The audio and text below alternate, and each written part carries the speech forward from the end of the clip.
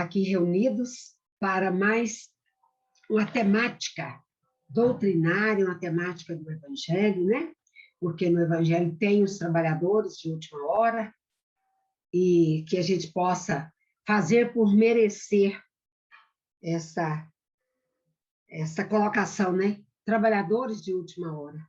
A gente possa chegar à vinha e complementar, e trabalhar, e ofertar aquilo que a gente tem de melhor. Como diz a leitura. Para servir, nós temos 1000 recursos. Então, nós podemos servir em qualquer lugar onde nós estivermos. Substituir o Haroldo não é fácil e simples, porque o Haroldo é um amigo querido que fala com tanto sentimento, com tanto carinho, né? Mas, diante dessa questão assim que foi agora à tarde que aconteceu, imprevisto, na verdade, a gente passa por eles, pelos imprevistos, nós vamos, então, fazer esse comentário. E o Paulo nos perguntou, eu falei, Paulo, tem algo que eu já falei aqui no domingo, lá no Vicente de Paulo. Então, vamos a essa reflexão. Num pequeno livrinho, Psicografia do Chico, o autor Emmanuel, o livro chama Luz e Vida. Conta-nos Emmanuel que um jovem estudante estava conversando com o seu professor e ele perguntou, assim, com intimidade com o professor, que fazer, meu caro instrutor, para melhorarmos? E o professor respondeu com muita firmeza, com experiência de vida: estudar para conhecer e trabalhar para o bem dos outros. Estudar para conhecer e trabalhar para o bem dos outros. E o diálogo prosseguiu. E o estudante continuava a interpelar o professor. E para estudar com segurança?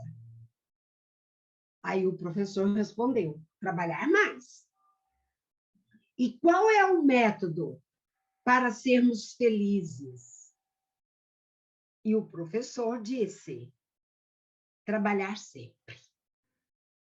E no setor da prosperidade e da paz doméstica? Perguntou o aluno.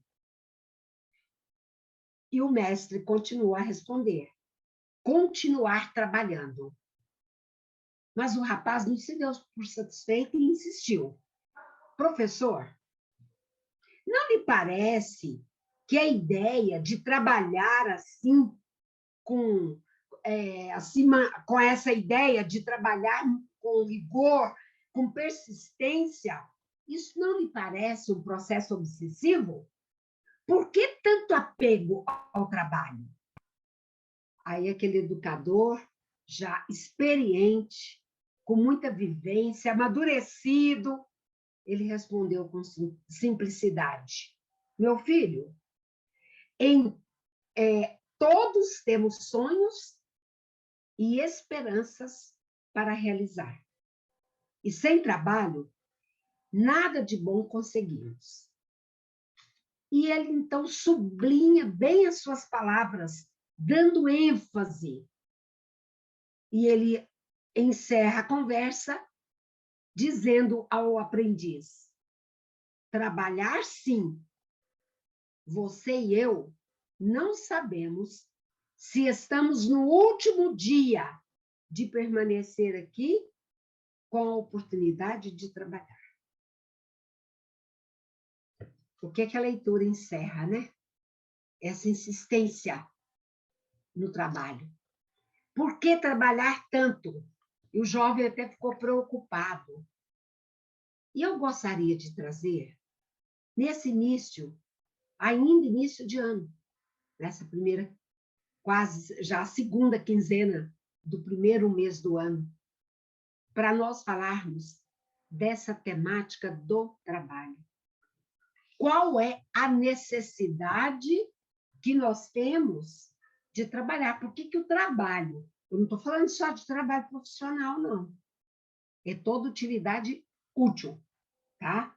Toda ocupação útil é trabalho. Então, não estou falando apenas do trabalho remunerado.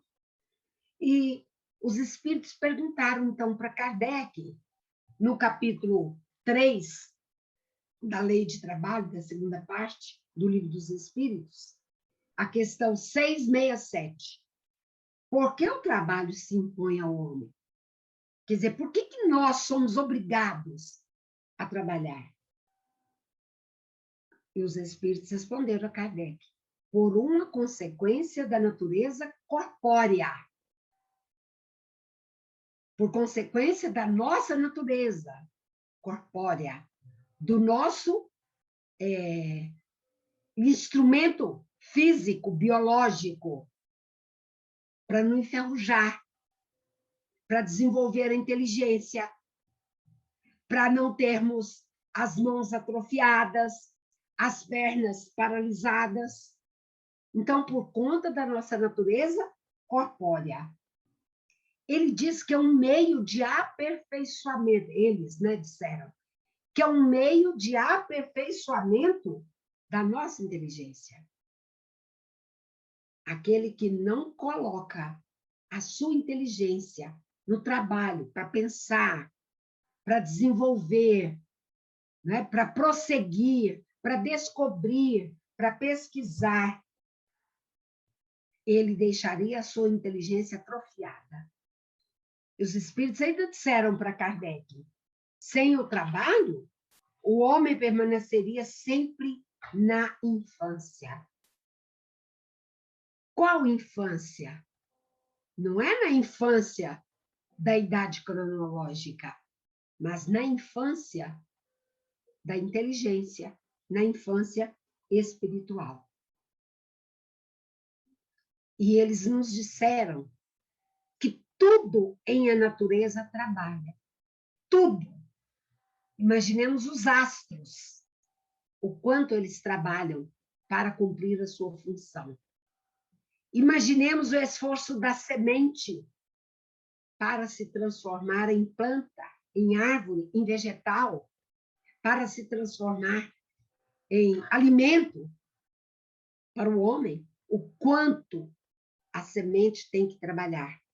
E depois de crescida, dá o fruto tem que crescer, o fruto tem que amadurecer.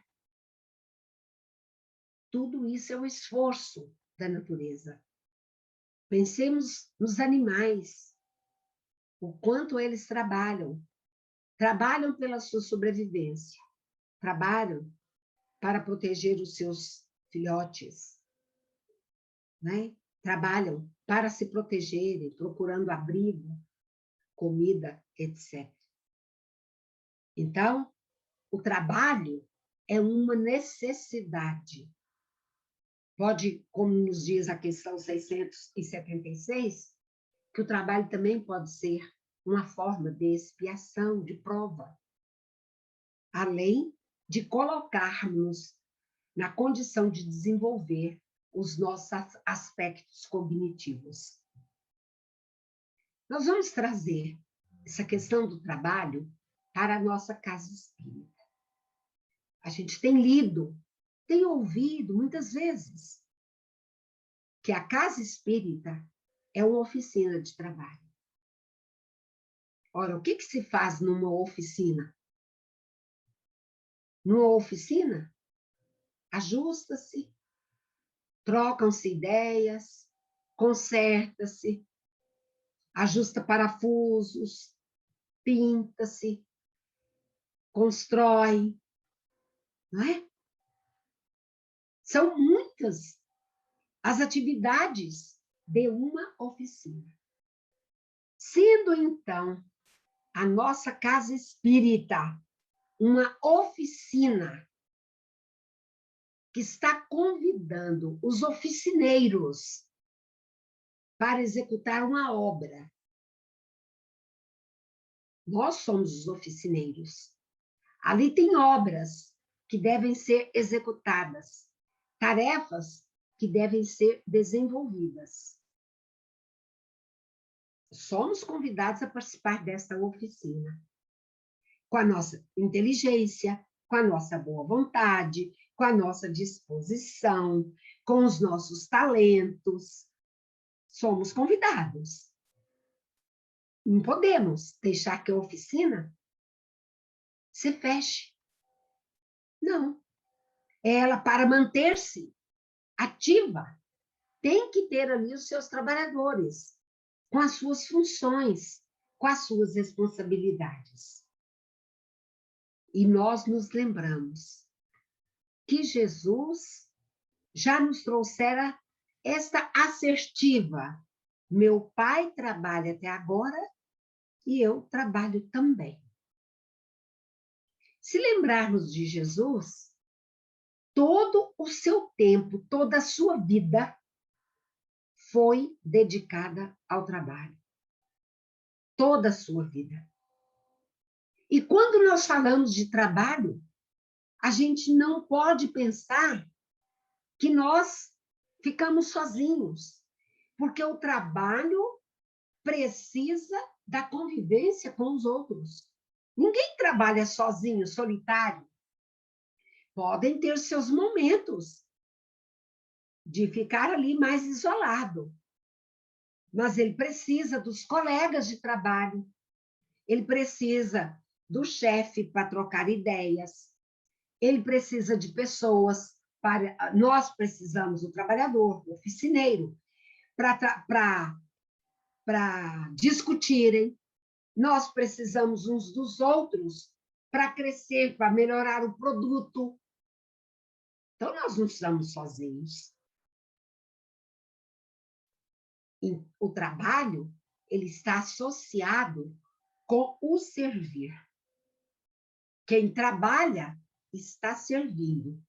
Então, numa oficina, como a nossa casa espírita, nós estamos ali servindo. Servindo a quem? A quem que nós, para quem que nós trabalhamos?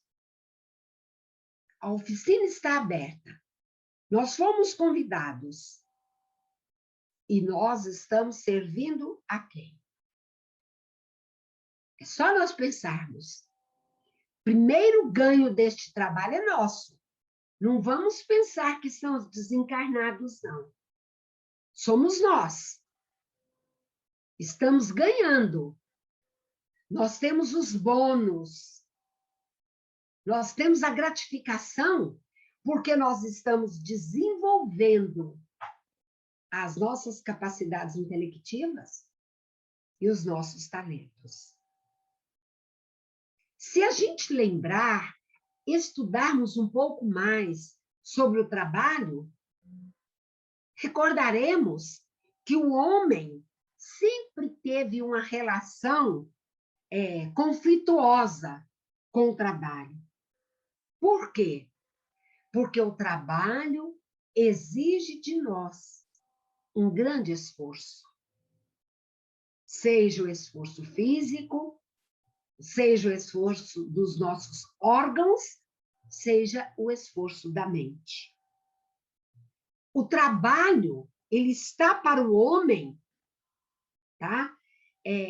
Muito, mas muito anterior à nossa civilização. O homem já trabalhava.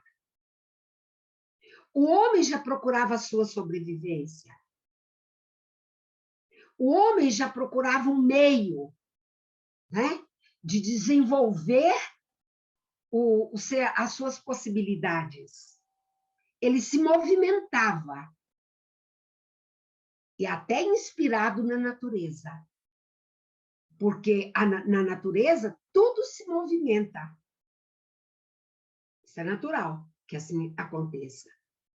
O homem da pedra, se a gente lembrar um pouquinho do que a gente tem lido, ele ainda não tinha aprendido a linguagem falada e ele já buscava o seu próprio sustento.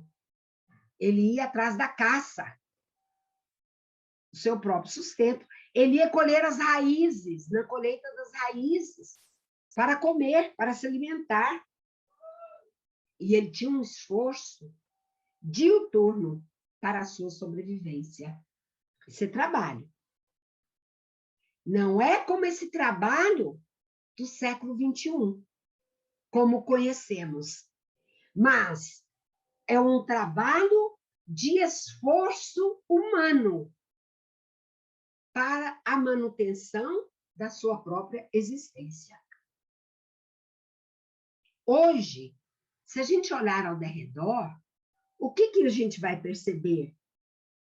Que é natural esse exercício, essa busca, esse movimento pelo trabalho, porque os interesses nos movem, nos movem. Nos move o interesse salarial, porque a gente quer ter uma vida menos sofrida materialmente, uma vida mais amena em nossos lares, ofertar aos nossos familiares, aos entes queridos, aquele cuidado, aquele zelo, né, para os nossos dependentes. Em nossas atividades como voluntários, que somos da casa espírita, nós aprendemos a conciliar em muitas situações, em diversas situações, a questão do trabalho.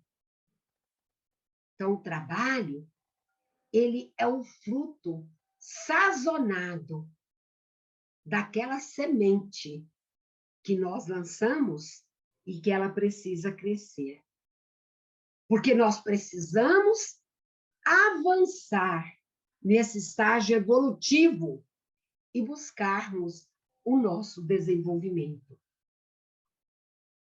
Se a gente for conceituar o que é o trabalho, mas o que é o trabalho?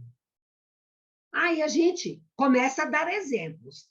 O trabalho é ser professor. O trabalho é ser médico. Trabalho é ser pintor. Trabalho é ser gari. Nós conceituamos assim. Mas Joana de Ângeles, ela diz para a gente, trabalho é ocupação em alguma obra ou ministério. Ocupação em alguma obra ou ministério. E ela conclui dizendo, é um exercício material ou intelectual para se conseguir alguma coisa. Então, o exercício, o esforço, o emprego da nossa força, porque a gente tem algo para conseguir. Por isso que a gente trabalha. Assim, esse conceito de Joana, o que ele revela? Que é importante não apenas a retribuição que obtemos através do trabalho. Se é que alguns obtêm, porque tem muitos que trabalham e são escravizados e recebem tão pouco. Então, nós obtemos uma retribuição do nosso trabalho material. O que realizamos, como realizamos, com a qualidade, com a dedicação que nós realizamos. Em qualquer atividade que nós desenvolvermos, qualquer que seja, é uma oportunidade de desenvolver também valores. Qualquer atividade, dentro da casa espírita, quais valores nós estamos desenvolvendo? Além dessa atitude de retribuir à equipe espiritual os benefícios, as benesses de amor que eles nos reservam. Nós devolvemos a Jesus. Nós devolvemos, assim, minimamente, mas muito pouco, o que Deus nos ofertou de graça. A natureza trabalhando com aquele esforço, para cumprir o seu papel. O sol presente, a chuva na época certa, as estrelas que brilham, o mar lá esperando para que nós possamos ter o lazer, o descanso, serve, né, para os pescadores, como transporte marítimo.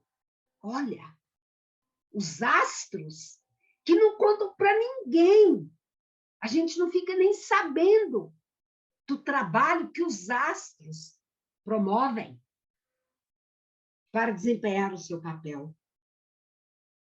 Não é verdade? E aí?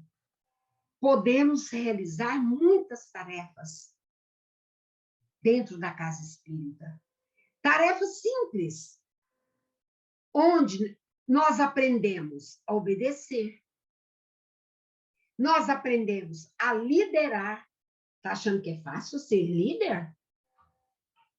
Ser líder é uma exigência, é uma capacidade de desenvolver a nossa humanidade, o nosso olhar, o nosso respeito com a equipe.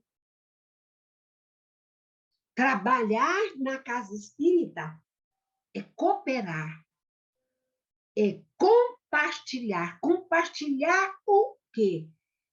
Compartilhar as ideias, para que não fique centrada apenas em um, em dois, em três.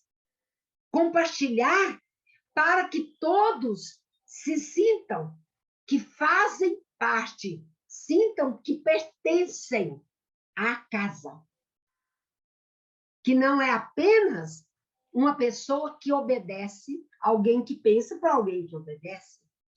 Então, nós desenvolvemos, num trabalho na casa espírita, a capacidade de relacionarmos uns com os outros, de ceder nos pontos de vista. Não é simples. Ceder nossos pontos de vista, eles não têm que prevalecer. E aí nós passamos a perceber, nós passamos a compreender que nós somos interdependentes. E aí a gente passa a valorizar o próximo. Por mais simples, por mais singelas que sejam as suas ideias, elas têm o seu valor. Pela necessidade que a gente tem de respeitar, pela necessidade que nós temos, como nós falamos, de trabalhar em equipe, pela necessidade que nós temos de liderar, pela necessidade de cooperar. E é nisso que nós vamos encontrando respeito e vamos transformando os nossos sentimentos. Não foi isso que Jesus falou? Como que Jesus tinha aquele magnetismo? E ele chamava os seus 12 apóstolos e traçava o plano de trabalho. Vamos traçar o plano de trabalho. E aí ele discutia com os apóstolos. Os medrosos não queriam ir aos gentios, outros não queriam ir sozinhos, outros, então vai de dois, vai 2 a 2.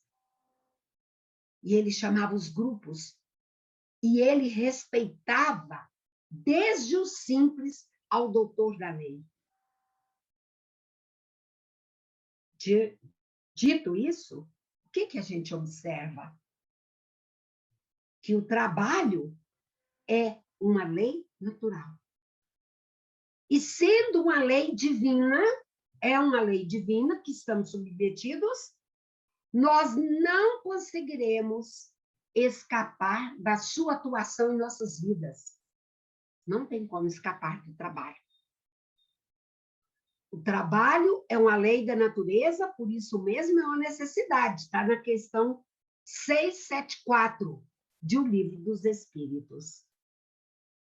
E nós já dissemos, repetindo, as nossas necessidades são necessidades que a gente valoriza muito mais horas de trabalho para as necessidades materiais do que para atender as nossas necessidades espirituais. Por conta da natureza da sociedade. A sociedade ainda vive com isso. Trabalhamos porque o trabalho é um instrumento. A gente chega a essa conclusão. de evolução para o nosso espírito. E é sempre bom recordar a parábola dos trabalhadores lá da vinha, né? Aqueles trabalhadores que chegaram, uns chegaram cedo, outros chegaram meio-dia, os outros chegaram no final da tarde, diversas horas do dia, mas todos foram convidados a trabalhar e receberam o seu salário, conforme a hora do dia. Eles só trabalharam porque se mantiveram disponíveis. Eles demonstraram a boa vontade e fizeram jus ao salário que receberam. Isso nos leva a deduzir que não basta executar a tarefa por executar.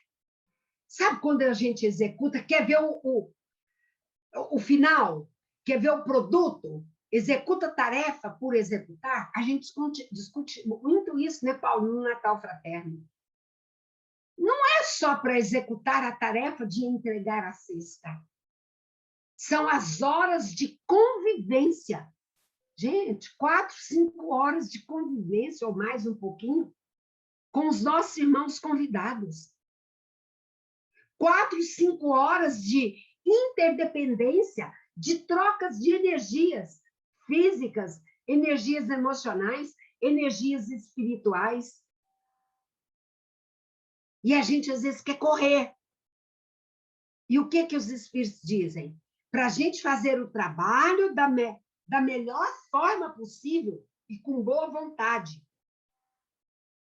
Para revermos as nossas posturas e as nossas antigas posições. É do trabalho executado com esse vigor, com essa beleza interior, com essa alegria que vibra em nossos olhos, é que nós vamos formar a união com Deus. E aí a gente vai receber o verdadeiro salário, que é aquele que apresenta no final do trabalho, quando a gente faz a nossa jantinha, quando a gente trabalha com as gestantes, quando a gente faz a campanha, quando a gente faz as nossas reuniões, aí a gente recebe o salário da paz e da felicidade. Esse é o verdadeiro trabalho. A criatura que serve, servir, pelo prazer de ser útil. Prazer de ser útil. Eu vou lá colaborar mais ou menos. Não. É o prazer de ajudar. É o prazer de estar ali junto. É o prazer de ofertar algo de si. Isso faz com que a gente progrida. E o Paulo leu. Nós encontramos 1000 recursos dentro de nós mesmos para resolver os problemas, os nossos problemas, quando a gente trabalha com prazer. Somos todos somos igualmente chamados a servir. E quantos de nós temos alegado, até agora, insuficiência? Eu não tenho, eu tenho algumas insuficiências. Quais as insuficiências? Falha, medo de falhar, incapacidade, falta de tempo, e a gente fica tentando justificar a nossa própria omissão, porque isso pode ser uma omissão. E sabe o que acontece? A gente apresenta um desafeto para com o compromisso, um desafeto no comprometimento com a causa, e não só com a casa, mas com a causa. Qual é a causa? O Espiritismo é a causa. O movimento espírita é a causa. E quando a gente apresenta essa falta de comprometimento, surge a preguiça, a desmotivação, a ausência de identificação com as responsabilidades assumidas. Isso me chamou tanta atenção. Ausência de identificação com as responsabilidades assumidas. Trabalho é uma bênção. Servir é uma bênção. E Jesus nos diz, nesta máxima, o Filho do Homem não veio para ser servido, mas para servir. Nós, lá na nossa casa, em nossa atual condição, estágio evolutivo, não podemos esperar sermos apenas servidos pelo mundo espiritual, porque nós solicitamos tanto, porque a gente quer ser servido quando a gente faz esses pedidos insistentes.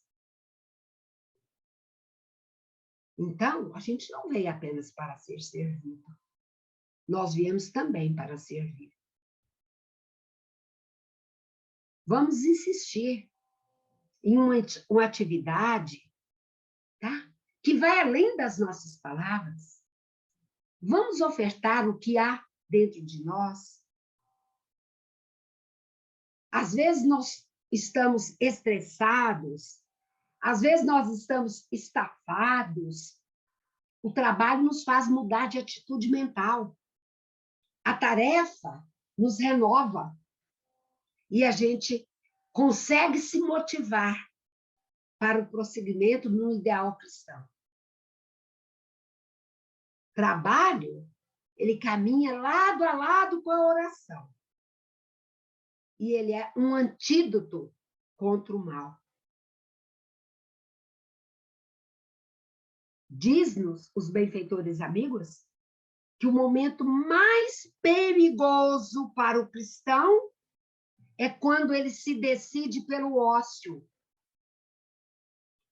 Gente, nada demais ter um pouco de descanso, de recuperação das forças, porque também tem que respeitar o nosso instrumento de progresso do espírito. Mas ele está falando do ócio, enfermo, do doente. Ele está falando é disso. Tá? Então, o momento perigoso para o cristão decidido é o do ócio, e não o do sofrimento na luta áspera. Isso não é perigoso. Perigoso é a preguiça contumaz. É a preguiça insistente. Dizem ainda os benfeitores amigos, essa leitura é até da Joana de Ângeles, ela diz assim: os desocupados jamais dispõem de tempo para o trabalho. E é mesmo. Liga para o desocupado para você ver, para trabalhar. Ele nunca tem tempo para o próximo. Por quê? Porque são atarantados pela indolência, que é o ócio, pela inutilidade, pelo egoísmo, e aí desenvolve a indiferença. Então, quando precisar de alguém que trabalhe, vai naquele que está bem cheio, bem carregado, que ele atende. Tá? E é assim que nós vamos olhando a vida e sabendo que a vida é um hino dinâmico, que nos convida ao trabalho. A natureza não tem ócio, já que nós utilizamos a natureza aqui como exemplo. Ela não tem ócio. Porque se ficarmos toda a vida justificando a nossa omissão, nós vamos traduzir a pobreza dos nossos sentimentos. Pobreza dos nossos sentidos. Já que a natureza se agita o tempo todo, em toda parte. Ao encerrarmos a nossa fala, para que possamos conversar um pouquinho, nós podemos dizer que o trabalho útil produz alegria. O trabalho ativo, o trabalho útil, produz alegria. Jesus trabalhou sem desfalecimento. Quando ele carregava a cruz para o Gólgota, Jesus continuou trabalhando, porque até na hora de ir ao Pai, ele orou por nós. Não foi? E quando João aflito pergunta para ele sobre a mãe, ele chama João Batista, né? E fala, olha, essa aí vai ser sua mãe, cuide dela. Quer dizer, trabalhando o tempo todo, preocupado conosco, sem desfalecimento. E o Pai Celeste trabalha também. Casimiro Cunha nos diz assim, olha que poema lindo. Já que a gente quer a vinha é a própria humanidade, né, gente? A vinha é a própria humanidade. Então, nós temos que trabalhar para a humanidade. A nossa Casa Fé e Amor trabalha para a sociedade, para a comunidade. Ela não é minha, ela não é do Paulo, tá? Ela não é da Vilma. A Casa Fé e Amor é da comunidade, porque ali é a nossa oficina de aprendizado. E quem quiser participar da equipe, quem quiser ser oficineiro, pode ir para lá. Porque lá tem espaço. Não só do trabalho humano, mas tem um volume de obrigações espirituais que nós devemos desenvolver. Mas isso vai pedir para nós consistência. Isso vai pedir desinteresse, constância, boa vontade e esforço. Caibar Schulte nos diz assim, que aqueles que assumirem um compromisso na casa espírita, os bons trabalhadores, eles são distintos, eles se distinguem pelas suas características. Daí, nós nos lembrarmos, então, de Casimiro Cunha, que diz, ao servir, na sementeira do bem, nas linhas da compaixão, não te limites a dar remédio, agasalho e pão. Ergue a mensagem fraterna da bondade e da esperança e espalha primeiramente as bênçãos da confiança. Ajuda com discrição. Não te comportes a esmo. A chaga dos semelhantes podia estar em ti mesmo. Recolhe a criança em sombra, relegada ao desalinho, qual se tivesse nos braços o corpo de teu filhinho. Escuta os velhos da estrada, que por tristes sofrem mais, como se ouvisses pulsando o coração de seus pais. Junto a qualquer sofredor, em vez de lamentação, estende amor e alegria, que ele é sempre nosso irmão.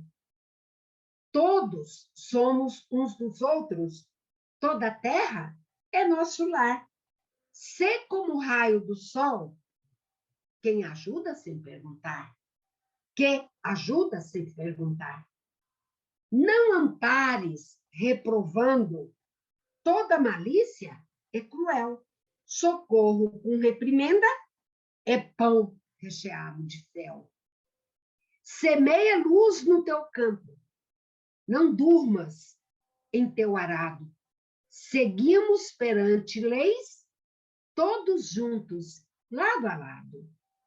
Se atendes à caridade, não te esqueças, cada dia, que é preciso servir sempre, como Jesus serviria. Obrigada pelo carinho, pelas vibrações enviadas, pelo acolhimento das palavras. Muito obrigada.